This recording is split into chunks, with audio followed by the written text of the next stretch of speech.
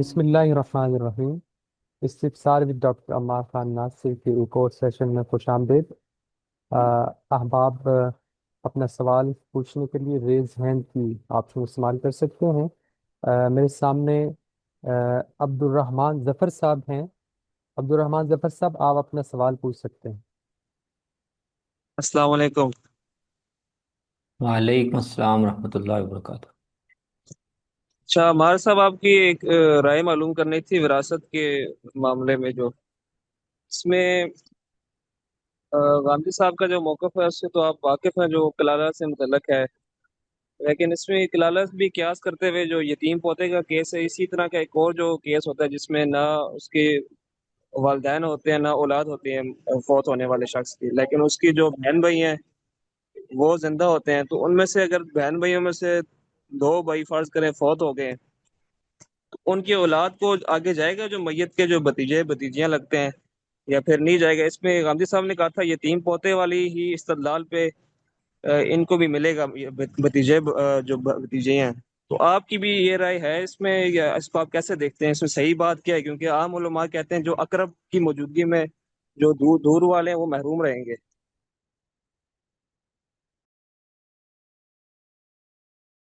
جی، جو یتیم پوتوں سے متعلق ان کا استدلال ہے، میں نے اس پہ کسی جگہ لکھا بھی ہے۔ بنیادی طور پر تو وہ اجتہادی معاملہ ہے، یعنی اولاد اگر موجود ہے اور بیٹیاں بیٹے دونوں ہیں، تو بیٹے خاص طور پر اگر ہوں تو وہ بیٹیوں کو دینے کے بعد وہ انہی کو مل جاتا ہے۔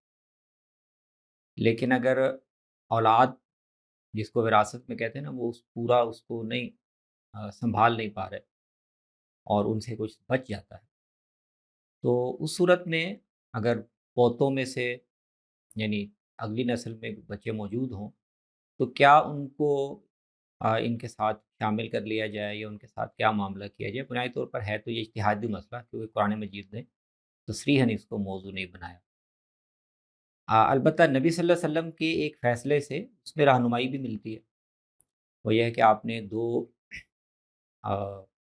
بیٹیوں کے جو حصہ بنتا ہے وہ 2/3 ہے، تو آپ نے فرمایا کہ اگر ایک بیٹی ہے اس کو نصف ملے گا، لیکن اس کے ساتھ اگر ایک پوتی ہے تو پوتی جو ہے وہ جو بچا ہوا 2/3 میں سے بچا ہوا حصہ ہے وہ پوتی کو دے دیا۔ تو یہ ایک فیصلہ ہے جس سے رہنمائی لی جا سکتی ہے۔ آپ نے بالکل اس کو بیٹی کے برابر بھی نہیں شمار کیا، لیکن اس کو بالکل محروم بھی نہیں کیا، بلکہ بچے ہوئے حصے میں سے پوتی کو آپ نے وارث قرار دیا۔ تو جب معاملہ بنیادی طور پر اجتہادی ہو اور اس میں ایک رہنمائی اس طرح کی موجود ہو کہ پوتیوں کو یا پوتوں کو فی الجملہ ان کو وارث بنایا جا سکتا ہے اگر اولاد میں پورا مال تقسیم نہیں ہو رہا، تو اس سے پھر میرے خیال میں ایک اجتہاد کیا جا سکتا ہے۔ زیادہ ہمارے جو جمہور اہل علم ہیں وہ اس کا جو حل بتاتے ہیں وہ یہ ہے کہ اگر اس طرح کی صورتحال ہو تو وصیت کا جو حق حاصل ہے مرنے والے کو، اس میں یعنی بجائے اس کے اولاد کے برابر ان کو شمار کر کے ان کو وراثت میں حصہ دلانے کے لیے وصیت کا جو آپشن ہے اس کو استعمال کیا جائے، تو میرے خیال میں یہ بھی ایک کافی معقول رائے ہے۔ تو اس پر جو بھی ایک عمومی بحث سے اور سماجی مسالے سے ہم آہنگ رائے ہو، اس پر قانون سازی کی جا سکتی ہے۔ حامدی صاحب جو رائے بیان کرتے ہیں وہ بھی ظاہر ہے کہ اجتہادی رائے ہے، اور اس کے حق میں انہوں نے جو استنباط کیا ہے وہ بھی وزن رکھتا ہے۔ میں جو بھانجے بھتیجیوں تک اس کو لے کے جانا، وہ اس کو آپ کیسے دیکھتے ہیں؟ کیونکہ باقی بہن بھائی موجود ہوں تو وہ کہتے ہیں پھر بھانجے بھتیجے محروم رہتے ہیں۔ نوعیت تو اصل میں وہی بن جاتی ہے نا کہ اب بیٹے ہیں لیکن دوسرے جو کوئی ایک بہن یا بھائی ہے وہ فوت ہو گیا، تو ان کے وفات کی وجہ سے ان کی اولاد محروم رہ جاتی، تو جیسے اس کے ازالے کے لیے آپ یہ اجتہاد کرتے ہیں اور ان کو کسی نہ کسی طریقے سے حصہ دلوانے کی کوشش کرتے ہیں، تو اصول تو معلوم ہو گیا نا یہاں سے، تو اسی اصول کو پھر آپ بہن بھائیوں پر اور بہن بھائیوں کے اولاد پر بھی اپلائی کر سکتے ہیں۔ یعنی آپ کہہ رہے ہیں جو اماؤنٹ بچ جائے اگر تو وہ ان کو دی جا سکتی ہے، بجائے یہ کہ جو اصل جو حصہ ان کے باپ کا بنتا تھا وہ دیا جائے؟ نہیں، میں اس میں اصل میں نا حتمی کوئی رائے اس لیے نہیں دینا مناسب سمجھتا کہ جو اجتہادی معاملہ ہوتا ہے نا، اس میں ساری صورتوں کے بارے میں کوئی ایک یکساں فیصلہ کرنا یا رائے دینا یہ ذرا مشکل ہوتا ہے۔ تو میں نے آپ کے سامنے نا 3 طریقے رکھے ہیں جو اجتہادی طور پر اہل علم نے پیش کیا ہے۔ تو جمہور اہل علم یہ کہتے ہیں کہ ان کو وصیت کی مد میں سے ان کو آ، ان کی ضرورت پوری کی جائے۔ نبی صلی اللہ علیہ وسلم کے ایک فیصلے سے معلوم ہوتا ہے کہ بچا ہوا جو حصہ ہے اس میں ان کو شریک کر لیا جائے، اور غامدی صاحب کا موقف یہ ہے یا ان کا اجتہاد یہ ہے کہ نہیں، ان کو اصل وارثوں کے یعنی بیٹوں کے یا اگر بہن بھائی کے اولاد ہیں تو ان کو اصل بہن بھائی کے برابر ہی شمار کر کے ان کو حصہ دیا جائے۔ تو ان تینوں میں یعنی اجتہادی اور قیاسی طور پر ایک لاجک موجود ہے۔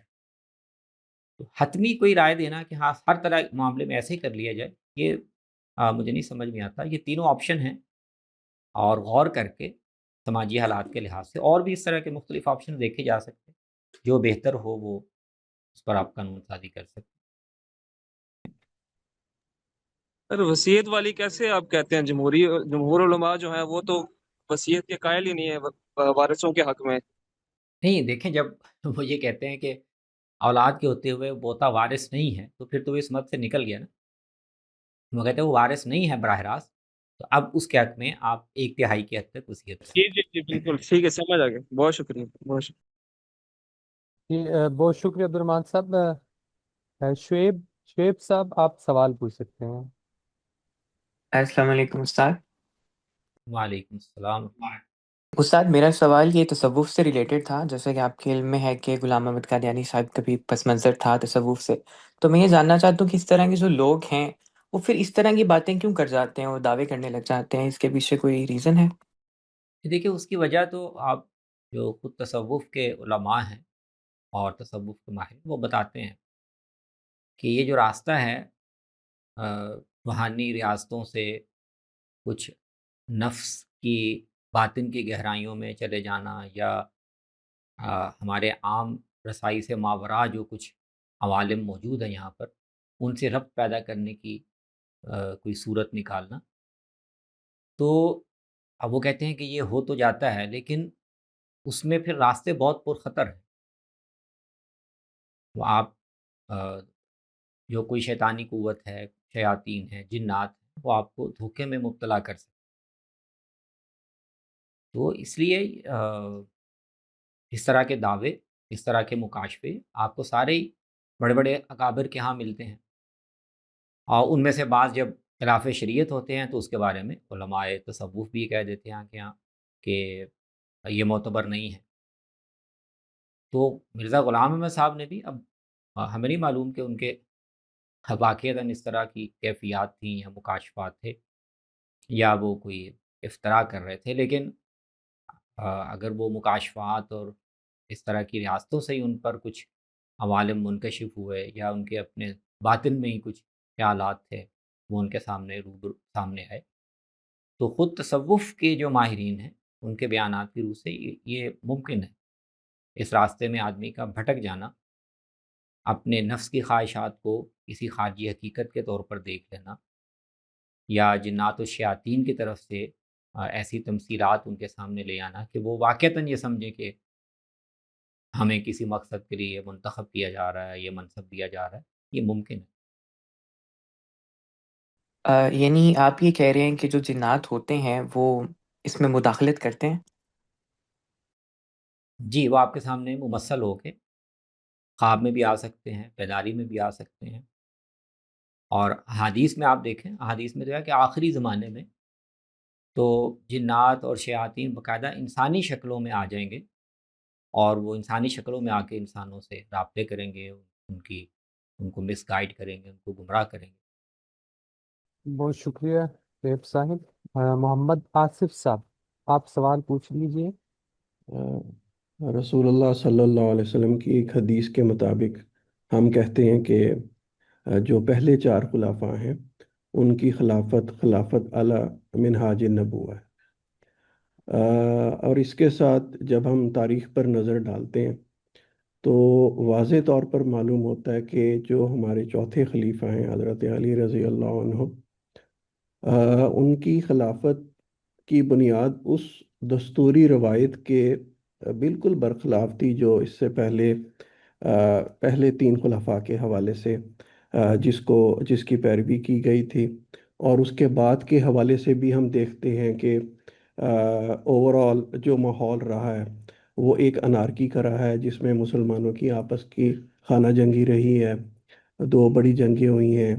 اور اس کے بعد صفین کے بعد ہم دیکھتے ہیں کہ حضرت علی اپنے موقف سے رجوع کرتے ہوئے بھی نظر آتے ہیں، اور اسی کے نتیجے میں ان کے اپنے شیعان میں سے کچھ لوگ علیحدہ ہو کر اس بات کا باعث بنتے ہیں کہ وہ انہیں اس دنیا سے رخصت کر دیتے ہیں۔ کیا اس تمام کانٹیکسٹ میں ہم دیکھیں تو کیا پھر یہ خلافت علی منہاج النبوہ واقعتاً قرار پاتی ہے؟ اس پر نا ہم اپنے تفہیم الاثار والے سلسلے میں بہت تفصیل سے بات کر چکے ہیں۔ تفصیل تو آپ وہاں دیکھ لیں، بنیادی اس میں جو تنقید کوشش کی ہے میں نے کرنے کی، وہ یہ کہ دیکھیں خلافت علی منہاج النبوہ کا ایک پہلو یہ ہے کہ جو خلیفہ ہے یا حاکم ہے اس کا طرز حکومت ان اخلاقی معیارات اور ان حدود کے اندر ہے جو نبی صلی اللہ علیہ وسلم نے اور خلفائے راشدین نے قائم کیا۔ تو عدل و انصاف سے معاملہ کر رہا ہے، بیت المال میں امانت سے کام لے رہا ہے، اور اس طرح کے جو اور اپنی ذات پر اس طرح صرف نہیں کر رہا۔ تو ان معیارات کے لحاظ سے تو سیدنا علی نے جس طرح حکومت کی، جس طرح فیصلے کیے، جس طرح معاملات کو چلانے کی کوشش کی، وہ تو علی منہاج النبوہ کے معیار پر ہے۔ دوسرا پہلو وہ اس سے الگ ہے، اور وہ یہ کہ مسلمانوں کا خلیفہ کے انتخاب پر ایک اتفاق قائم ہو جائے، تو یہ چیز ظاہر ہے ان کی خلافت کو حاصل نہیں ہو سکتی، لیکن اس میں ان کے اپنے کسی فیصلے کا یا ان کے کسی اقدام کا دخل نہیں، یعنی سیدنا عثمان کی شہادت سے اصل میں یہ معاملہ بگڑا، تو نہ تو حضرت عثمان کی شہادت میں ان کا کوئی دخل تھا، نہ اس کے بعد انہوں نے خود کوئی کوشش کر کے خلافت حاصل کرنے کی کوشش کی۔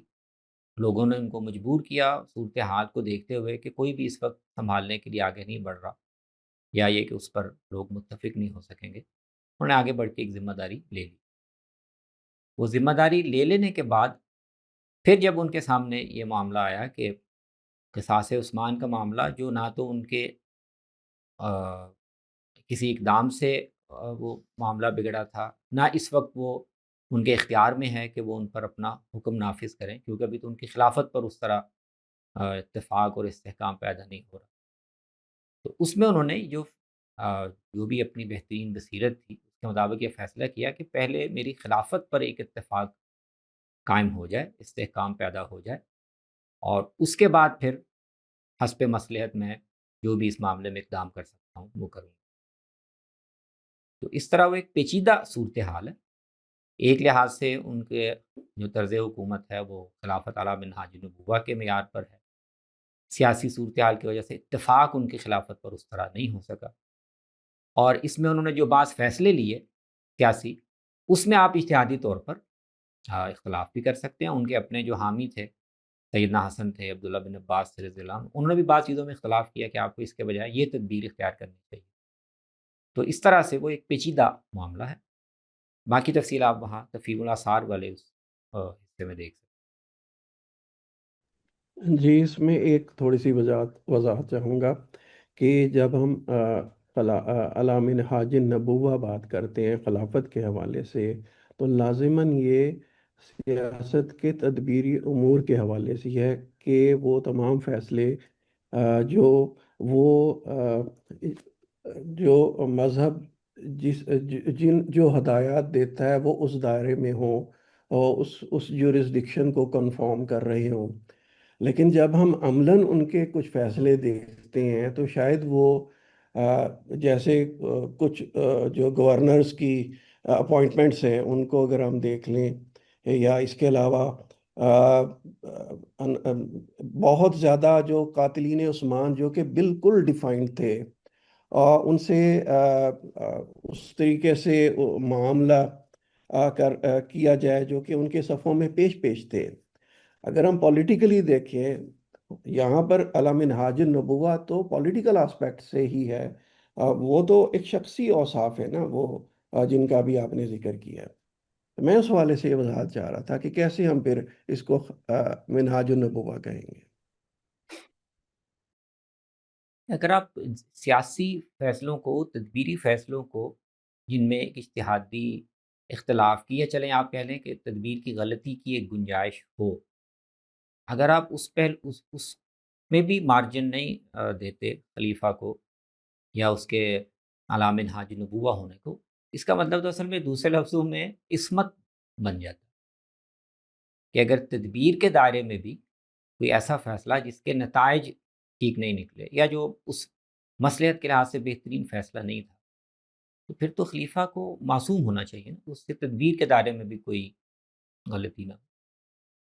آپ یہ دیکھیں نا، سیدنا عثمان کے جو بعض فیصلے تھے، اس میں بھی ہم یہ تو نہیں کہہ سکتے کہ ان کی بدنیتی کا یا ان کے انحراف کا کوئی دخل تھا. اس میں بھی جو کوئی کمزوری تھی تو وہ انتظامی اور تدبیر کی کمزوری، اسی سے معاملات بگڑتے چلے گئے اور پھر وہ سنبھلے نہیں. تو اس کے باوجود ہم سیدنا عثمان کو یعنی خلیفہ راشد ہی مانتے. تو یہی رعایت اور یہی جو مارجن ہے سیدنا علی کو بھی دینا چاہیے. یہ بات تو ان کے ذات کے حوالے سے ہے، یہ چیز سمجھ میں آتی ہے. لیکن جب ہم خلافت علی منہاج النبوہ کی بات کریں گے، اس میں سب سے پہلی چیز یہ آتی ہے کہ اگر یہ علی منہاج النبوہ ہے تو یہ لازماً اس دستوری روایت کے مطابق ہونی چاہیے جو کہ قرآن کے مطابق ہے، امرہم شورا بینہم کے مطابق ہے، اور جس کے تحت ارلیئر جو خلفاء تھے ان کی سلیکشن ہوئی. یہاں پر صورتحال یہ ہے کہ آ، آ، وہ لوگ جنہوں نے ایک قسم کا ہائی ٹریزون کا جو مرتکب ہیں، اور صرف ہائی ٹریزون کے ہی مرتکب نہیں ہیں، وہ قاتل بھی ہیں اور انہوں نے ایک الیکٹڈ کیلف کا مرڈر کیا ہے. اب اس کے بل بوتے کے اوپر تو کیا یہ خلافت علی منہاج نبوہ ڈکلیئر کی جائے گی؟ نہیں، آپ پھر دو چیزوں کو کنفیوز کر رہے ہیں نا. حضرت علی کا انتخاب کیا جو ایک اصول پہلے چلا آ رہا تھا، کیا اس سے ہٹ کر ہوا؟ اس کو الگ دیکھ لیں کہ ان کا انتخاب کیا اس اصول سے ہٹ کر ہوا. اور دوسرا یہ کہ جب ان کو خلافت کی ذمہ داری مل گئی تو اب ان کو کیا اقدام کرنے چاہیے تھے ترجیحاً، یا کیا نہیں کرنے چاہیے. تو دونوں کو الگ کر کے دیکھنا چاہیے. تو ان کا انتخاب تو اسی اصول پر ہوا. بلکہ سیدنا ایک لحاظ سے آپ دیکھیں تو حضرت علی کا تقریباً انتخاب تو حضرت عثمان کے انتخاب کے موقع پہ ہی ہو گیا تھا. سیدنا عمر نے جو 6 لوگ نامزد کیے تھے ان میں سے 4 اسی موقع پہ الگ ہو گئے. تو حضرت عثمان اور علی میں سے انتخاب ایک کا ہونا تھا، وہ اس موقع پہ سیدنا عثمان کا ہو گیا. تو سیدنا عثمان کے بعد تو اس جماعت میں، مہاجرین کی جماعت میں، سابقون اولون کی جماعت میں، تو حضرت علی ہی بچے تھے جو جن کا معمول کے حالات میں اگر کسی کا انتخاب ہوتا تو انہی کا ہوتا. تو اس کو الگ دیکھیں کہ ان کا انتخاب تو اسی اصول پر ہوا. لیکن چونکہ ذمہ داری ایسے حالات میں ملی ہے کہ پچھلے خلیفہ کی شہادت ہو گئی ہے، اور وہ سارے لوگ جو اس بغاوت میں، اس شورش میں شریک تھے، اب اس وقت فوری طور پر ان پر ہاتھ ڈالنے کا اور ان کا محاسبہ کرنے کا موقع نہیں ہے. تو حضرت علی یہ چاہ رہے ہیں کہ اس معاملے کو مؤخر کیا جائے اور پہلے میرے ہاتھ مضبوط کیا جائے اور ان کو مستحکم کیا جائے. تو یہاں آپ ان کی رائے سے یا ان کی تدبیری اس سے اختلاف کر سکتے ہیں. سیدنا معاویہ اسی بنیاد پہ کر رہے تھے کہ اس وقت اگر ہم اس معاملے کو مؤخر کر دیں گے تو پھر بعد میں تو یہ معاملہ ایک طرح سے انڈر دی کارپٹ چلا جائے گا، قصاص لینے کا موقع ہی نہیں آئے گا. تو اس اجتہادی معاملے میں اختلاف آپ کر سکتے ہیں، لیکن ان کا انتخاب جو ہے وہ تو اسی دستوری روایت کے مطابق ہوا تھا. باقی اس کے اور بھی کئی تفصیلی پہلو ہیں، وہ آپ اس سیریز میں دیکھ لیں جو جس کی طرف میں اشارہ کر رہا ہوں، جی، کیونکہ اس اور میں بس دوست بھی یہ ہوں گے. کلیئرٹی میں چاہوں گا جی کہ اگر یہی جی چیز ہے، جی اگر ان کا اسی اصول کے مطابق اور اسی پروسیس کے تھرو ان کا الیکشن ہوا جو کہ پریویس اس پہ ہے، تو کیا وجہ تھی کہ باقی صحابہ نے ان کی بیعت نہیں کی؟ یعنی کہ اگر یہ اسی اصول پر صاحب ہوا ہوتا تو وہ لازماً بیعت کرتے، تدبیری امور سے اختلاف ایک علیحدہ چیز ہے، لیکن کسی کی نہیں اس بیعت میں، نہ کرنا یہ ایک بہت بڑی بات ہاں ہے۔ ہاں یہ ٹھیک ہے، ٹھیک ہے. تو اصول تو میں نے بتایا، اصول تو وہی ہے. آپ تو نشاندہی کریں نا کہ اس اصول سے ہٹ کر ہوا ہے. اصول کیا تھا کہ مہاجرین کی جماعت میں سے جب تک وہ ہیں ان میں سے ہوگا، اور سابقین اولین میں سے ہوگا، اور وہ 6 لوگ جو شارٹ لسٹ کر دیے گئے کہ انہی میں سے کوئی بنے گا، وہ اسی میں سے تھے سیدنا. لیکن چونکہ پچھلے خلیفہ کے قتل کے بعد اور ان کی شہادت کے بعد یہ ذمہ داری منتقل ہو رہی ہے، تو خلفشار کی وجہ سے جب دونوں فریق آمنے سامنے آ گئے تو اس موقع پر پھر صحابہ کی جماعت 3 حصوں میں تقسیم ہوئی. صحابہ کے ایک بڑی جماعت ان کے ساتھ تھی، ایک دوسری بڑی جماعت سیدنا معاویہ کے ساتھ تھی، ایک تیسری بڑی جماعت الگ ہو گئی. کہ چونکہ اتنی مشتبہ صورتحال ہے کہ ہم کسی بھی ایک طرف کھڑے ہو کر دوسرے مسلمانوں کا خون بہائیں تو ہمیں اس پر اطمینان نہیں ہے. تو خلفشار کی صورتحال میں تو ظاہر ہے یہ اتنا اختلاف اور اس کی گنجائش تو بنتی ہے. کیا آپ کے خیال میں یہ صورتحال ایسا ہو سکتی ہے کہ ایٹ دیٹ ٹائم وہ لوگ جو کہ ایک ہائی ٹریزن کے مرتکب ہوئے، انہوں نے ایک ناحق ایک خلیفہ کو قتل کیا اور بغاوت کا مرتکب ہوئے، اور اس کے بعد انہوں نے ایک خاص اسٹریٹجی کے تحت ڈیلیبریٹلی حضرت علی کو پلاننگ کے ساتھ ایک سامنے لے کر آئے، ان کے شولڈر کو یوز کیا، استعمال کیا، جس کے 2 پرپز ہو سکتے ہیں کہ اس طریقے سے اپنے آپ کو پروٹیکٹ کر سکیں، کیونکہ وہ جانتے ہیں کہ آ، ٹھیک ہے اس وقت اس طرح سے کمیونیکیشن کے مینز نہیں تھے. آہستہ آہستہ جب لوگوں کو پتہ چلتا، باقی گورنرز کو، تو ڈیفینیٹلی ایک ریئیکشن ہوتا. انہوں نے اس سے پہلے ہی اس کا بندوبست کر لیا اور حضرت علی کو ایک طرح سے اپنے مقصد کے لیے استعمال کیا. یہ اور بات ہے کہ حضرت علی نے اپنے ایک خلوص نیت کے ساتھ اور اس وقت کے حالات کو سمجھتے ہوئے اس چیز کو آپٹ کیا کہ وہ اس بیعت کو، جو کہ باغیوں کے ہاتھ پر ہی صحیح، وہ اس کو قبول کر لیں. یہ ٹھیک اور ٹھیک ہے. یہی وجہ ہے کہ نہیں اس یہ وقت کے صحابہ نے اور بڑے صحابہ نے اس سے اختلاف کیا. میں اس وجہ سے کہہ رہا ہوں کہ یہ اس لحاظ سے یہ علی منہاج النبوت مجھے بڑا عجیب لگتا ہے کہ کیسے اس کو منہاج النبوت ہے. جی ٹھیک ہے. یہ جو آپ پہلو بیان کر رہے ہیں، ظاہر ہے یہ کہ اس حالت میں ان کو خلافت کی ذمہ داری قبول کرنی چاہیے یا نہیں، یہ بھی ایک اجتہادی فیصلہ تھا نا. سیدنا حسن کا بھی، عبداللہ بن عباس کا مشورہ ان کو یہ تھا کہ آپ اس صورتحال میں نہ قبول کریں ذمہ داری، اگرچہ آپ ہی اہل ہیں اور آپ ہی کو بننا چاہیے اور الٹیمیٹلی لوگ آپ ہی کے پاس آئیں گے. لیکن اگر آپ نے اس صورتحال میں یہ ذمہ داری قبول کی تو فوراً یہ معاملہ پیدا ہو جائے گا کہ سارے جو قاتلین عثمان ہیں وہ آپ کے کیمپ میں ہوں گے اور مسئلہ کھڑا ہو جائے گا. تو یہ تو ان کے قریبی ساتھیوں نے بھی اختلاف کیا. تو آ، آپ کو آج سمجھ میں آتا ہے کہ یہ ٹھیک رائے تھی، تو آپ بھی کہہ سکتے ہیں. تو اس طرح میں نے جو کہا کہ پیچیدہ صورتحال ہے. ایک لحاظ سے انہی کو خلیفہ بننا چاہیے تھا، اسی اصول پر ان کا انتخاب ہوا، اس لحاظ سے وہ اس کا تسلسل تھا. ان کا طرز حکمرانی جو اخلاقی معیارات ہیں وہ وہی تھے جو خلفائے راشدین کے تھے. البتہ ان کے جو سیاسی فیصلے ہیں، تدبیر کے فیصلے ہیں، اس میں ان کے فیصلے سے یا ان کی حکمت عملی سے اختلاف صحابہ نے بھی کیا، ان کے اپنے جو حامی ہیں انہوں نے بھی کیا. تو یہ سارے پہلو ہیں، اس لیے ایک پیچیدہ صورتحال ہے. تو اہل سنت کے علماء عموماً ان کا نقطہ نظر یہی رہا ہے کہ وہ ان کی خلافت میں علی منہاج النبوہ ہونے کا جو پہلو ہے وہ غالب ہے. اور اس لیے جن لوگوں نے ان کے اختلاف کیا یا ان کی خلافت پہ ساتھ نہیں کیا تو ان کا موقف کمزور ہے. لیکن بہرحال چونکہ ان کے پاس بھی ایک استدلال ہے، صورتحال بھی بڑی مخدوش تھی، تو ہم ان کو اس معنی میں باغی نہیں کہتے، یا ان کو کسی واضح شرعی حکم کا یا اصول کا کی خلاف ورزی کا مرتکب نہیں کہتے، جیسے ہم مثال کے طور پہ خوارج کو کہتے ہیں، یا جیسے حضرت عثمان کے باغیوں کو کہتے ہیں۔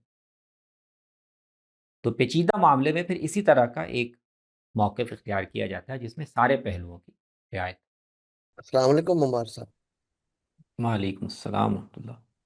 میرا سوال کسی کی ابتدا میں نماز پڑھنے کے متعلق ہے کہ ہماری شریعت میں جو کہ قرآن اور سنت سے ہمارے سامنے آتی ہے، اس میں اس حوالے سے کیا احکام ملتے ہیں، اور اس کے علاوہ ہماری جو روایت ہے تو اس میں کسی کی نماز، کسی کے پیچھے نماز پڑھنے کے متعلق اس کا مسلمان ہونا، اس کا مومن ہونا، یا اس کا غیر مسلم ہونا، یا اس کا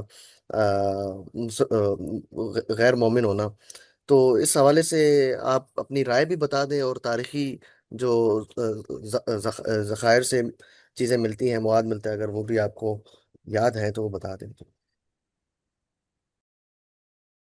نہیں، میرے علم کے حد تک تو اس میں کوئی اختلاف یا کوئی بحث نہیں ہے کہ جو نماز ہے وہ آپ نے مسلمانوں کے ساتھ ہی پڑھنی، غیر مسلموں کے ساتھ یا ان کے پیچھے، یا آپ کو معلوم ہو ان کے ساتھ ہم دعا میں اور اس طرح کی چیزوں میں شریک ہو سکتے ہیں جو یعنی اس کا تعلق کسی مذہب کے خاص شاعر سے نہیں ہے، لیکن جو باقاعدہ عبادت کا طریقہ ہے وہ تو مسلمانوں کے ساتھ ہی ہوگا، جس میں تو کوئی اختلاف نہیں ہے۔ میں پچھلے دنوں شاید میں ان کی رائے کو صحیح ریپرزینٹ کر رہا ہوں، ساجد حمید صاحب کو سن رہا تھا، وہ کہہ رہے تھے کہ اگر یہودی بھی ہمارے طریقے پہ، جو کہ مسلمانوں کے اندر سنت نماز کا طریقہ ہے، اس میں پڑھیں گے تو ان کے پیچھے پڑھنے میں بھی کوئی حرج نہیں، کیونکہ نماز ہر کسی کی اپنی ہوتی ہے۔ اچھا، میں نے نہیں یہ بات سنی، لیکن اگر وہ یہ بات کہہ رہے ہیں تو یہ تو مجھے بھی درست نہیں لگتی، اور یہ تو کسی نے بھی نہیں، ہماری روایت میں تو کوئی یہ نہیں کہتا۔ آپ نے باقاعدہ ایک یعنی رسم کی صورت میں ایک ریچول ادا کرنا ہے، تو نماز تو مسلمانوں کا ایک شعار ہے نا، طریقہ ہے، اور وہ مسلمان ہی آپس میں اجتماعی طور پر ادا کرتے ہیں۔ وہ مسلمان آپس میں یہودی مثال کے طور پر اپنی عبادت کر رہے ہوں، فرض کریں ہمارے جیسی وہ ادا کر رہے ہوں، تو ہم ان کے ساتھ ان کے پیچھے نہیں ادا کریں گے، اس لیے کہ اس کا تعلق جو ہے، یہ جو شاعر ہیں ان کا تعلق مذہبی شناخت کے ساتھ بھی ہوتا ہے۔ نبی صلی اللہ علیہ وسلم، آپ دیکھیں نا، آپ نے مدینے میں جب نماز کے لیے لوگوں کو بلانے کے طریقے پر گفتگو کی کہ اس کا طریقہ کیا ہونا چاہیے، تو تجویزیں مختلف آئیں شروع میں، کیونکہ اللہ تعالیٰ کی طرف سے کوئی رہنمائی ابھی نہیں تھی، تو اس مرحلے پر تو کسی نے کہا جی یہودی یہ کرتے ہیں تو چلے ہم بھی یہ کر کے دیکھ لیتے ہیں، یہ عیسائی یہ کرتے ہیں تو یہ کر لیتے ہیں، لیکن وہ اللہ تعالیٰ نے اس میں بھی رہنمائی کی کہ مسلمانوں کا نماز کے لیے بلانے کا طریقہ بھی الگ ہونا چاہیے، تو پھر نبی صلی اللہ علیہ وسلم کی تصویب سے اذان کا طریقہ قائم کیا گیا۔ مجھے تو اسی کے ذمن میں جی اگر آپ مناسب سمجھیں تو پھر احمدی کے پیچھے نماز پہ اپنی پرسنل رائے۔ نہیں، میں تو احمدیوں کو غیر مسلم ہی سمجھتا ہوں، تو اس بحث اس میں کوئی کسی کی ہو سکتا ہے اختلاف، مثلا غامدی صاحب جو ہے وہ ان کو ان کی تکفیر، اب جو اس وقت ان کی رائے ہے اس میں ان کی تکفیر نہیں کرتے، اور وہ ان کو مسلمانوں کا ہی ایک فرقہ شمار کرتے، تو ان کے وہ اس اپنی رائے کے لحاظ سے اس کی اجازت دے سکتے ہیں۔ مجھے تو جو جمہور اہل علم کا فیصلہ اور موقف ہے اس سے اتفاق ہے، تو میں تو اس کو درست نہیں سمجھتا، احمدیوں کے پیچھے ہمیں نماز نہیں ادا کرنی۔ سر میرا سوال بھی نمازی سے متعلق ہے۔ عام طور پر جب ہم نماز پڑھتے ہیں تو پہلی 2 رکعتوں میں اس طرح ہوتا ہے کہ فاتحہ پڑھی جاتی ہے، اس کے بعد قرآن کا کوئی حصہ ہم ملاتے ہیں، لیکن جب استثنائی صورتحال پیدا ہو جاتی ہے، جیسے میں کچھ دن پہلے عصر کی نماز پڑھ رہا تھا، تو پہلی 2 رکعتوں کے بعد میرا شاید دھیان چلا گیا اور میں نے سلام پھیر لیا، اور جب مجھے احساس ہوا تو میں 2 رکعتیں دوبارہ پڑھنے کے لیے کھڑا ہوا، تو ذہن میں سوال پیدا ہوا کہ ابھی یہ جو آخری 2 رکعتیں ہیں، یہ میں قرآن کا حصہ ملا کے پڑھوں کہ صرف سورہ فاتحہ پڑھنا جو ہے وہ کافی ہوگا؟ تو اس میں رہنمائی فرما دیں. Thank you. یہ اصل میں ایک ایسا معاملہ ہے کہ جس کے بارے میں میرے علم میں اس وقت تک ابھی نہیں ہے، یا شاید مجھے مستحضر نہ ہو. نبی صلی اللہ علیہ وسلم کی طرف سے کوئی واضح تصریح نہیں ہے کہ پچھلی 2 رکعتوں میں آپ نے کیا کرنا. کوئی باقاعدہ ہدایت میرے سامنے نہیں ہے کہ آپ نے پابند کیا ہو. تو نبی صلی اللہ علیہ وسلم کا اپنا عمل کیا تھا، یہ صحابہ اندازہ کرتے تھے، قیاس کرتے تھے. تو لیکن آپ نے تصریحاً پابند نہیں کیا. تو صحابہ میں یہ بھی بحث تھی کہ جن نمازوں میں آ، آپ سے جہراً قرات ثابت نہیں، تو کیا ان میں آپ قرات کرتے تھے یا نہیں کرتے. تو یہ بھی ایک صحابہ میں نا سوال ایک رہا ہے زیر بحث. تو اس وجہ سے فقہا میں آپ کو نا یہ دونوں تینوں نقطہ نظر مل جائیں گے. آپ پچھلی رکعتوں میں بھی سورہ فاتحہ پڑھنی چاہیے، یہ نقطہ نظر بھی مل جائے گا. ساتھ آپ فاتحہ کے ساتھ زائد صورت نہ پڑھیں، یہ نقطہ نظر بھی مل جائے گا. آپ پڑھ لیں پہلی رکعتوں پہ قیاس کرتے ہوئے، نقطہ نظر بھی مل جائے گا. اور دوسری 2 رکعتوں میں آپ فاتحہ نہ بھی پڑھیں، کوئی حرج نہیں، آپ دعائیں تسبیحات وغیرہ پڑھ لیں، تو یہ نقطہ نظر بھی آپ کو فقہا میں مل جائے گا. تو چونکہ شارع نے کوئی اس میں اس طرح کی تصریح کر کے متعین نہیں کیا، تو مجھے تو ان سارے نقطہ نظر میں گنجائش معلوم ہے. آپ کو جس پر اطمینان ہو آپ اس طرح کر سکتے ہیں. ٹھیک ہے سر. اس میں کوئی مطلب یہ ہے کہ واضح اصول نہیں ہے چاروں رکعتوں میں بھی فاتحہ کے ساتھ قرآن کی کوئی حصہ ملا کے ہم پڑھ سکتے ہیں، اور آخری 2 کو خالی کر کے بھی، یا کوئی سنت دعا یا اس کے علاوہ بھی کوئی دعا پڑھ سکتے ہیں؟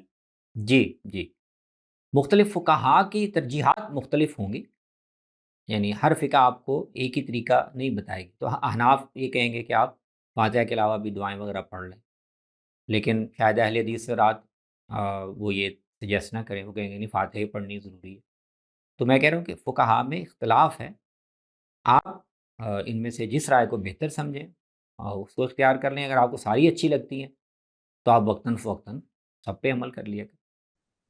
میرا سوال آپ سے کلالہ کے بارے میں تھا کہ جیسے کلالہ کے مسئلے کو غامدی صاحب نے جس طرح حل کیا ہے، ہماری فقہی روایت میں اس حل کی طرف کسی کی نگاہ کیوں نہیں گئی؟ فقہا اور علماء نے اس طرف دھیان کیسے نہیں کیا؟ ان کا دھیان اس طرف کیوں نہیں گیا جیسا حل غامدی صاحب نے پیش کیا ہے کلالہ کا؟ یہ تو فقہا وہ سارے سامنے ہوں تو ان سے پوچھا جا سکتا ہے کہ کیوں نہیں دھیان گیا. اللہ عالم.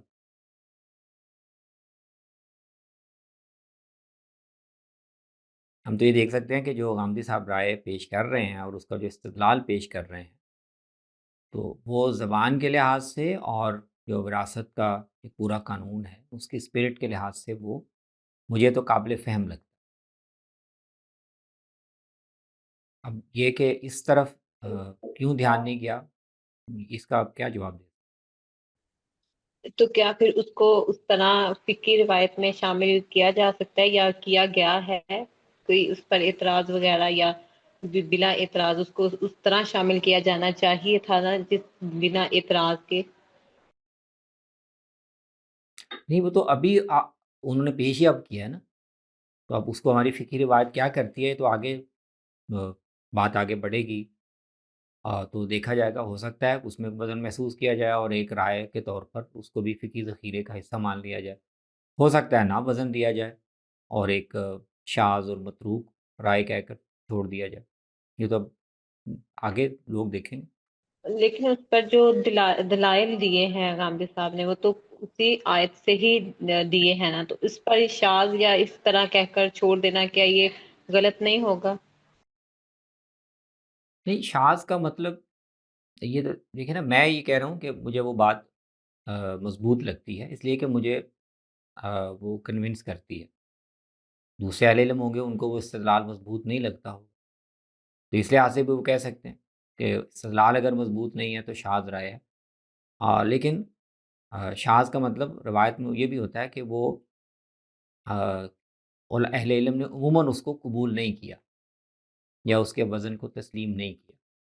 ہو سکتا ہے فی نفسی اس کی رائے بڑی وزنی ہو، جیسے اول کے مسئلے میں دیکھیں، اول کے مسئلے میں کہ جب حصے تقسیم نہ ہو رہے ہوں تو کمی کر دیں، تو عبداللہ بن عباس کی بات یا ان کا موقف بہت مضبوط ہے، عقلاً بھی مضبوط ہے اور آیت کے لحاظ سے بھی مضبوط ہے کہ آپ سارے وارثوں کو پورے ترکے میں سے حصہ نہ دیں بلکہ ان میں تقدیم تاخیر کریں، ان کچھ کو پہلے دیں اور ان کو دینے کے بعد جو بچ جائے اس میں پھر باقی وارثوں میں تقسیم کریں۔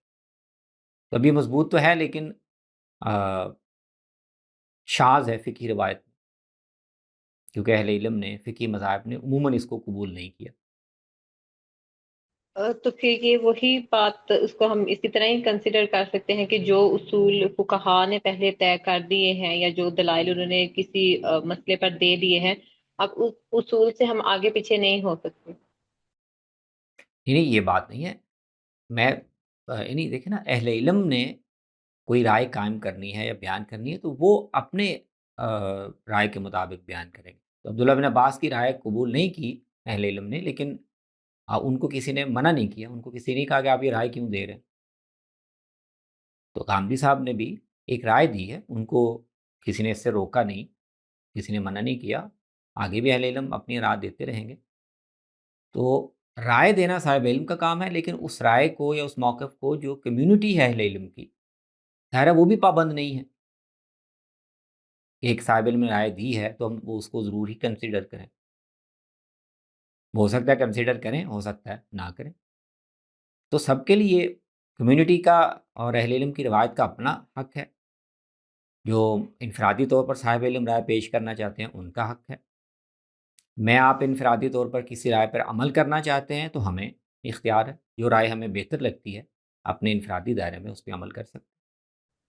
جی بہت شکریہ۔ ایک میرا دوسرا اگلا جو سوال ہے وہ یہ کہ ہماری دینی روایت میں صوفیاء کا اصل کردار کیا رہا ہے، جسے آپ اپریشیٹ کر سکیں، اور اس کے ساتھ ایک اور میرا سوال ہے کہ کیا فضائل اعمال میں موضوع حدیث یا ضعیف حدیث کو بیان کیا جا سکتا ہے، یا اگر لا علمی میں موضوع حدیث بیان کر دی ہو تو اس کی اصلاح کیسے کی جائے تھی؟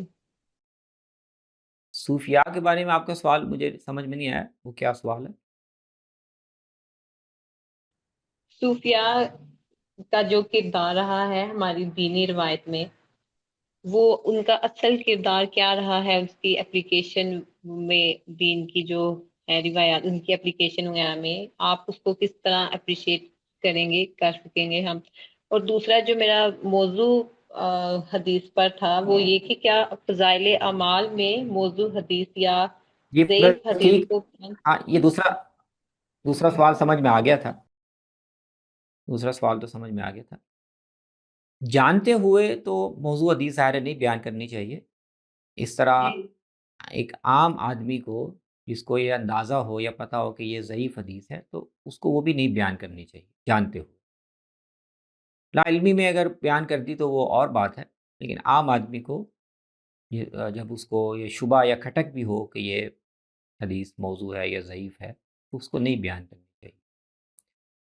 ہاں اہل علم جو ہیں وہ جن کے پاس یہ تحقیق کرنے کا موقع ہوتا ہے اور اس کی اہلیت بھی ہوتی ہے کہ ضعیف، کیونکہ حدیث کو جب کہا جائے نا ضعیف ہے تو اس کے کبھی ایک مطلب نہیں ہوتا، بعض دفعہ وہ صرف ٹیکنیکلی ضعیف ہوتی ہے، لیکن ایسے شواہد قرائن میسر ہوتے ہیں جن سے ایک محدث کو اطمینان ہو جاتا ہے کہ یہ بات بے اصل نہیں ہے، اس بات کی نسبت نبی صلی اللہ علیہ وسلم سے مانی جا سکتی اور قرآن کی آیات دوسری روایات اس کی تائید کرتی، لیکن ان الفاظ میں اور اس سند سے وہ اس کی نسبت حضور سے ثابت نہیں۔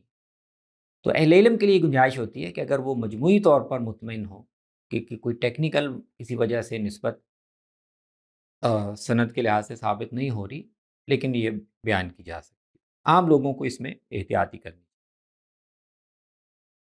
صوفیہ کے کردار کے بہت سے پہلو ہیں، ایک کردار تو ان کا بہت ہی اچھا اور مستحسن ہے کہ وہ عام لوگوں کو بلکہ علماء کو بھی جو دین میں شخصیت سازی کا پہلو ہے جو بہت اہم ہے کہ آپ کی شخصیت، آپ کے اخلاق، آپ کے کردار، آپ کے جو باطنی احوال ہیں وہ بھی خوف الہی، خشیت، اللہ کی محبت، خلق خدا کی ہمدردی، یہ بھی ان میں ہونی چاہیے۔ محض آپ ظاہری اعمال ادا کر کے، ریچولز ادا کر کے، وضع کتابنی ٹھیک کر کے یہ نہ سمجھیں کہ آپ کو اللہ کا قرب حاصل ہوگا۔ تو ایک بڑا اہم کردار اور بڑا اچھا کردار صوفیہ کے طبقات یہ ادا کرتے رہے۔ ایک دوسرا کردار ان کا یہ ہے کہ انہوں نے عام لوگوں کے اندر جو ایک ضعف اعتقاد ہوتا ہے یا ایک توہم پرستی ہوتی ہے، تو ایسا لگتا ہے کہ اس کی رعایت سے کچھ ایسے طریقے لوگوں کی اصلاح کے یا ان کو مذہب سے جوڑنے کے اختیار کیے ہیں جو نیک نیتی سے ہوں گے اور لوگوں کی اصلاح کے پہلو سے ایک عارضی طور پر اختیار کیے گئے ہوں گے کہ اس طرح سے لوگ قریب ہوں اور پھر ان کے ساتھ ساتھ اصلاح ہوتی رہے۔ تو اس میں ہمیں یہ لگتا ہے کہ وہ عارضی نہیں رہے، وقتی نہیں رہے، انہوں نے مستقل ایک ثقافت میں جگہ بنا لی اور اس سے آگے پھر بہت سا بگاڑ پیدا ہوا۔ اس سے بدعات، رسوم، غلط تصورات، یہ چیزیں شامل ہوتی چلی گئیں اور جس کے مظاہر اب ہم تقریباً سارے مسلمان معاشروں میں جو ہمارا کلچرل دین ہے یا کلچرل مذہب ہے اس میں ہم دیکھ سکتے ہیں۔ اس سے تو بگاڑ ہی پیدا ہوا۔ اور تیسرا ایک جو پہلو ہے وہ صوفیہ میں سے ان کا ہے جو مکاشفات اور باطنی علوم، ان سے ان کا شغف رہا، اور وہ حقائق، ایسے حقائق جو شریعت میں بیان نہیں ہوئے، عقل سے معلوم نہیں ہو سکتے، لیکن وہ انکشاف سے، کشف سے اور الہام سے ان لوگوں پر واضح کیے جاتے ہیں، وہ ان سے ان کا شغف رہا ہے۔ تو اس سے بھی میرا عمومی تاثر تو یہی ہے کہ اس راستے سے بھی ہمیں امت کو کوئی ایسی چیز نہیں ملی جو ہمارے دینی علم کے لحاظ سے کوئی ضروری ہو یا اس کا کوئی فائدہ ہو، لیکن اس راستے سے، ان باطنی علوم کے راستے سے مفاسد بہت آئے، تو ان سے بھی میرے خیال میں گریز ہی کرنا چاہیے، اور اگر وہ راستہ اختیار کیا گیا تو وہ اس کو ایک ٹریڈیشن کی یا ایک روایت کی شکل اختیار نہیں کرنی چاہیے۔ تو یہ دو تین بڑے پہلو ہیں جو اختصار سے میں نے عرض کر دی۔ جی بہت شکریہ آپ کا۔ مطلب پھر موضوع حدیث میں اس طرح اگر کم علمی سے بیان ہو جائے تو پھر وہ اس طرح کی وعید صادر نہیں ہوگی جس طرح حدیث میں آیا جی ہے کہ ظاہر جان ہے، بوجھ کر۔ جی ظاہر ہے، آپ نے لا علمی سے اور اس وقت یہ سمجھتے ہوئے کہ یہ مستند ہے اگر ایسا کیا تو بس اس پہ آئندہ احتیاط کریں، استغفار کریں۔ لیکن اگر تحقیق نہ ہو، یعنی بغیر تحقیق کے سنی سنائی بات، یہ بھی صحیح رویہ نہیں ہے۔ اگر آپ کو کسی چیز کے بارے میں کھٹک بھی نہیں ہے لیکن آپ کو تحقیق بھی نہیں ہے کہ یہ مستند ہے یا نہیں، کسی اچھے محقق عالم کی زبان سے نہیں سنی، کسی ایسے سورس پہ نہیں پڑھی جس پر آپ کو اعتماد ہو، کہیں بھی پڑھ لی، سن لی، تو ہو سکتا ہے وہ صحیح ہو، لیکن آپ کی ذمہ داری یہ ہے کہ جب تک اس کی تحقیق نہ کر لیں اس کو آگے نہ بیان کریں۔ جی بہت شکریہ آپ کا۔ جی بہت شکریہ عرصہ راجپوت صاحبہ۔ محمد اکرمہ صاحب۔ جی السلام علیکم استاذ محترم، امید ہے آپ خیر و عافیت سے ہوں گے۔ وعلیکم استاد میرا السلام ورحمۃ سوال، اللہ وبرکاتہ۔ استاد میرے آج دو سوال ہیں۔ ایک سوال تو یہ ہے کہ علامہ تمنا امادی مجیبی پلواری جو ہیں، وہ جس طرح سے حدیث کو دیکھتے ہیں، جس سے حدیث کا ایک میجر کارپس جو ہے وہ زد میں آ جاتا ہے، کیا وہ رویہ حدیث کو دیکھنے کا درست ہے؟ مطلب وہ انہی پرنسپلز کو اپلائی کرتے ہیں جو محدثین نے بنائے تھے، اور جب ان سے سوال پوچھا جاتا ہے کہ آپ اس طرح کیوں کرتے ہیں تو وہ کہتے ہیں کہ جب پرنسپلز انہوں نے بنایا تو میں ان کا اطلاق کیوں نہ کروں۔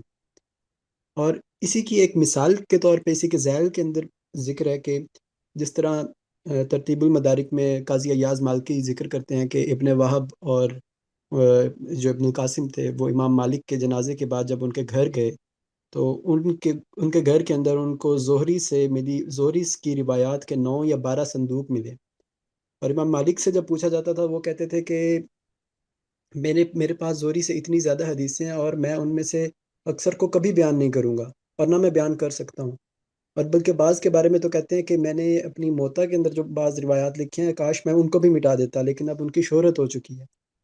تو کیا ان کا رویہ امام مالک کا اور علامہ تمنا امادی کا رویہ لگ بھگ ایک جیسا نہیں نظر آتا آپ کو اس میں؟ نہیں، اس میں آپ کی بات میں نا 2-3 چیزیں اکٹھی ہو گئیں۔ ایک تو یہ ہے کہ کسی خاص راوی کے بارے میں، مطلب امام زہری کے بارے میں ان کا جو نقطہ نظر ہے، وہ اگر سلف میں بھی بعض لوگوں کے ہاں موجود ہے، تو اس حد تک تو آپ کہہ سکتے ہیں۔ امام زہری کی مرویات پہ مختلف طرح کے سوالات اور تحفظات محدثین بیان کرتے رہے ہیں، تو اس ایک جزوی حد تک تو آپ کہہ سکتے ہیں امام زہری کی روایات کے بارے میں یا مرویات کے بارے میں مولانا تمنا کا جو رجحان ہے وہ بعض محدثین کے اس سے بھی ہم آہنگ ہے۔ لیکن جو پہلی جو ایک دو باتیں آپ نے کہیں کہ وہ محدثین کے اصولوں کا اطلاق کرتے ہیں عمومی طور پر، تو یہ مجھے تو ان کی جو چیزیں دیکھنے کا موقع ملا ہے، میرا کوئی اچھا تاثر نہیں بنا۔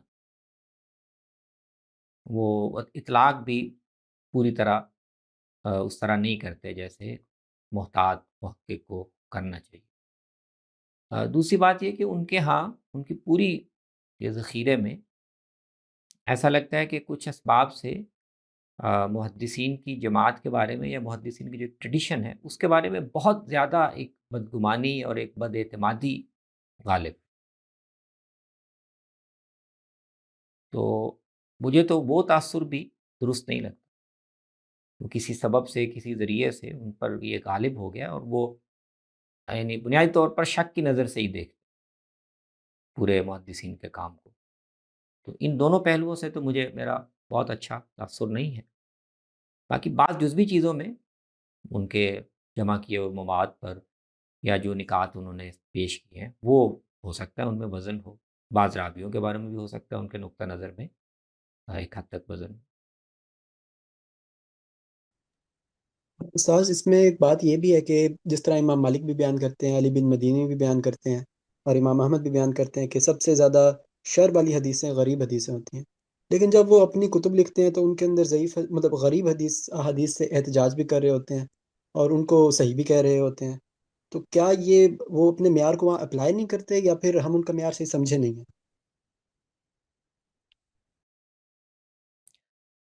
نہیں، اب دیکھیں نا، جو چیز اس طرح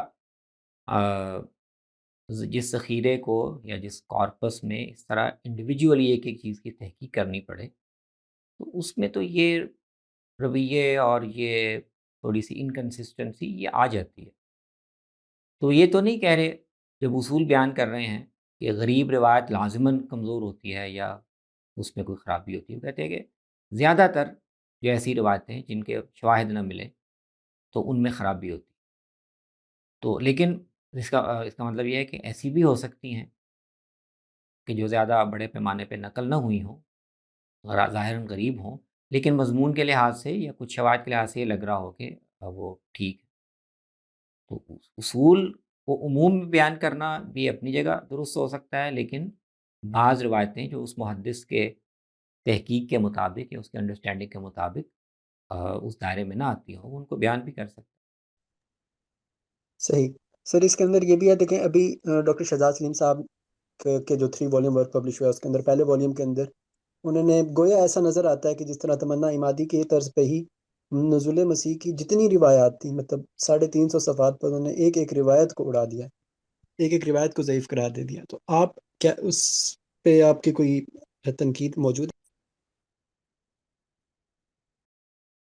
نہیں، میں نے تو نزول مسیح کی روایتوں پر یا ان کے کام پر کوئی اس طرح تحریری یا کام نہیں کیا، لیکن میرے خیال میں جو اس طرح کی مرویات ہیں جو بہت زیادہ طرق سے منقول ہوں، شواہد ان کے بہت ہوں، اور محدثین کی جماعت نے عموماً ان کو قبول کیا ہو، ان پر اس طرح سے ایک ایک طریق کو لے کر اس میں کسی راوی پر کوئی جرح نکال کر یا سند کے اتصال میں کوئی مسئلہ بتا کر تو انفرادی روایتوں میں الگ الگ چھوٹے موٹے مسئلے ان کی نشاندہی کر کے سمجھنا کہ وہ پورا جو تھیم ہے یا اس موضوع کی جتنی حدیثیں ہیں وہ بے اصل ہیں، یہ ٹھیک نہیں ہے، علمی طور پر یہ درست نہیں ہے۔ موضوع کو جو روایت موضوع ہو گھڑی گئی ہو اور اس کو گھڑ کر عام کیا گیا، اس کے شواہد نظر آ جاتے ہیں، وہ چھپی نہیں رہتی۔ لیکن موضوع ہونے کے اگر شواہد نہیں ہیں اور کوئی روایت عموماً محدثین کی جماعت نے قبول کی ہے اور اس کے طرق، اس کی شواہد، اس کے اسناد بہت زیادہ ہیں، تو ان میں سے بعض روایات پر تو آپ کہہ سکتے ہیں کہ وہ جو غریب ہوں یا ان میں ایسا مضمون آیا ہو جو باقی روایات سے اس کی تائید نہیں ہوتی، جیسے نزول مسیح کی روایتوں میں بعض ایسی ہیں بھی اور محدثین ان پہ تنقید بھی کرتے ہیں۔ لیکن جو باقی روایات ہیں ان پہ یہ طریقے تنقید میرے خیال میں ٹھیک نہیں، ان کو ان کے مجموعی یعنی مواد کے لحاظ سے دیکھنا چاہیے۔ بہت سی روایتوں میں مضمون بیان ہوا ہے، بہت سے صحابہ نے نقل کیا ہے اور محدثین کی جماعت نے علی العموم ان کو قبول کیا ہے، تو ان کو بے اصل نہیں کہا جا سکتا۔ جی بہتر۔ سوری سر، میں آپ کا بہت ٹائم لے رہا ہوں۔ ایک آخری سوال میرا یہ ہے کہ ابھی ایک غیر مسلم اور ملت سے خارج فرقے کے بارے میں آپ سے سوال ہوا، تو اس کے بارے میں آپ نے مطلب ان کی تکفیر کا کال بھی کیا۔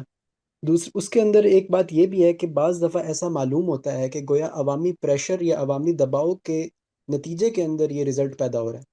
اس کی مثال یہ ہے کہ مولانا رشید احمد گنگوہی صاحب اپنے مکاتیب رشیدیہ میں ان سے سوال ہوا کہ ہمارے ہاں ایک حضرت ہیں، وہ مسیح مسیح ہونے کا دعویٰ کر رہے ہیں، تو انہوں نے تکفیر سے گریز کر کے تعویل کی اور کہا کہ یہ ان کے اوپر ہو سکتا ہے شیطانی القاء ہو، تعویل کی۔ مولانا یعقوب نانوتوی نے تعویل کی۔ مولانا یعقوب نانوتوی کی تعویل کو مولانا اشرف علی تھانوی صاحب ذکر کرتے ہیں اور مولانا یعقوب نانوتوی کی تعریف کرتے ہیں۔ اس کے بعد گویا ایسا معلوم ہوتا ہے، جو دلاوری صاحب نے رئیس قادیان کے نام سے ایک کتاب لکھی ہے، اس کے اندر بعض علماء کا ذکر کیا ہے جنہوں نے تکفیر سے گریز کیا تھا، اس میں رشید احمد گنگوہی صاحب کا بھی ذکر کیا۔ جب وہ رشید احمد گنگوہی صاحب کا ذکر کرتے ہیں تو وہ ایک لمبی تحریر لکھتے ہیں اور پھر بتاتے ہیں کہ علماء کا وفد ان کے پاس گیا اور ان سے بحث و مباحثہ ہوا، اور مطلب گویا دباؤ ڈالا جا رہا ہے ایک خاص چیز کو منوانے کے لیے۔ اور آخر میں بھی رشید احمد گنگوہی صاحب مکمل طور پہ تیار نہیں ہوئے، بس اتنا سا کہہ دیا انہوں نے کہ فلاں مولوی صاحب کے پاس چلے جاؤ، جو ان کی رائے ہوگی وہ میں مان لیتا ہوں۔ اسی طرح جو مولانا ثناء اللہ امرتسری صاحب ہیں، اب کوئی اگر ایک نام لیا جا سکتا ہے اس گمراہ فرقے کے خلاف جس بندے کا، تو وہ امرتسری صاحب کا۔ امرتسری صاحب اپنے جو اخبار نکلتا تھا اس کے اندر کہتے ہیں کہ ان کے پیچھے نماز بھی جائز ہے، تو گویا نظر آتا ہے کہ پریشر پڑ رہا ہے۔ مولانا عبد الماجد دریا آبادی لکھتے ہیں کہ اگر ہم گمراہ فرقوں کو اسلام سے خارج کرنے لگے تو اسلام میں کوئی فرقہ باقی نہ رہے گا، اور پھر ایک لائن بیچ میں لکھتے ہیں کہ میرا دل تو اس فرقے کے بارے میں بھی ہمیشہ تعویل ہی تلاش کرتا رہتا ہے۔ تو گویا یہ دباؤ نظر آتا ہے، اجماع نہیں نظر آتا۔